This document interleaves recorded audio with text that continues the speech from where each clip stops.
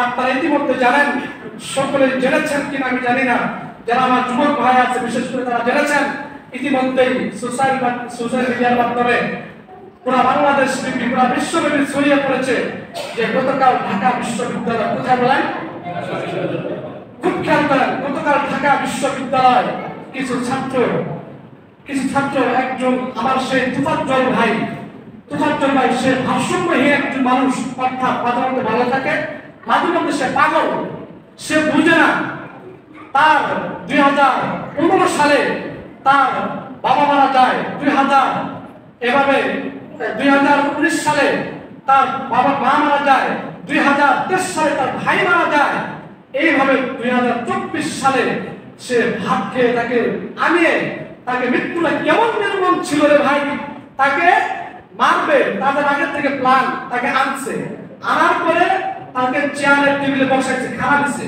খানা খাওয়ানোর পরে তাকে পিটিয়ে হত্যা করা হয়েছে। খুবই দুঃখজনক বিষয় রে ভাই, খুবই দুঃখজনক বিষয়। একটিবার চিন্তা করে দেখুন, সে কিছু বুঝতো না, সে তো পাগল, সে তুফাজ্জল ভাই, সে তো পাগল। তাকে কিভাবে মারছে, কেন মারছে?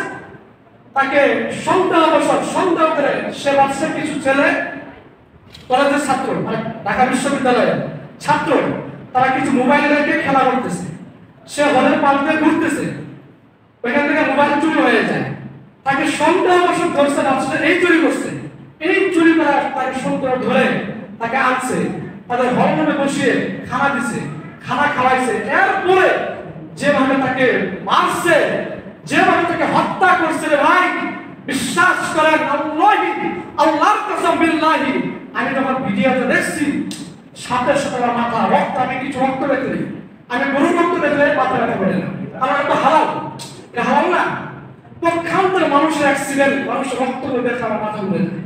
আমি যখন দেখলাম তাকে মারার দৃশ্যটা, আরে ভাই আমার মানে মাথা ঘুরতেছে, চোখ দিয়ে বসতে পানি পড়তেছে, এমন মানুষ হতে পারে? আশ্চর্য বিষয়। সেই কথাই তো তারা হার মানে আছে, যে কি কথা, যে মূর্খ বন্ধুর চেয়ে শিক্ষিত শত্রু অনেক ভালো, তারা সে জায়গায় প্রমাণ করে দিল কথাটা, তারা উল্টা করলো, সে তো শিক্ষিত, ছাত্র তো হচ্ছে শিক্ষিত, আর সে তো হচ্ছে পাগল, সে কিছু বুঝে, তাহলে তার চাইতে তারা কি বেশি দামি হলো না? তার চাইতে তারা কি মূর্খ হলো কিনা? তারা শিক্ষিত, তারা জানে সে পাগল, তাহলে কেন হত্যা করলো রে ভাই? আশ্চর্য বিষয়। কথা বলে হুঙ্কারতে বলা উচিত, কিন্তু না সব করে বসে না। মুহতারাম হাজিরিন, রাসূল বলেন লা ইয়ারহামুল্লাহু মান লা ইয়ারহামুন নাস, যে মানুষের প্রতি ইহসান করে না, যে মানুষকে ভালোবাসে না, যে মানুষের প্রতি রহম করে না, আল্লাহ তাআলা ওই ব্যক্তিকে রহম করে না। আরে ভাই, আপনি কি কোথাও দেখেছেন জঙ্গলের ভিতরে তো হাজার পশু পাখি বাস করে, জঙ্গলের ভিতরে তো হাজার প্রাণী বাস করে, আপনি কখন দেখেছেন ওদের ভিতরে ফাটল হলে, ওদের ভিতরে মারামারি হলে একটা ডেড বডি পড়ে আছে দেখছেন? 4-5টা মারা হয়েছে।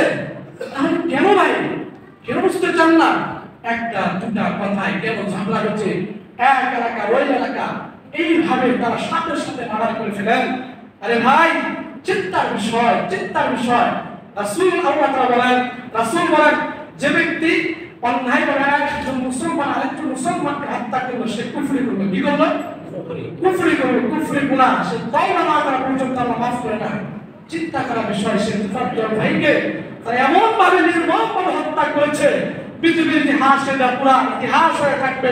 কি অপরাধ ছিল তার? একটা মোবাইলের দাম 10 লাখ 1 লক্ষ টাকা, কিন্তু একটা জীবনের দাম আছে কি নাই? কথা বলেন, কেন মৃত্যুবরণ করা হলো? একটা ভিডিও দেখলাম, তাকে প্রশ্ন করা হচ্ছে কেন মারলেন? সে বলতেছে আমি আবেগে, আমার প্রাইভেট টাকা দিয়ে মোবাইলটা কিনেছিলাম, আমার আবেগে আমি তাকে পিটিয়েছি। আরে ভাই, আবেগ থাকবে, কিন্তু আবেগটাকে বিবেক দ্বারা নিয়ন্ত্রণ করতে হবে। কথা বলা ঠিক কিনা? তারা ভাজিনি যে কথাগুলো বললাম, রব্বে কারীম আমাকে আপনাদের সকলকে এই কথাগুলো আমল করার তৌফিক দান করেন। আমিন।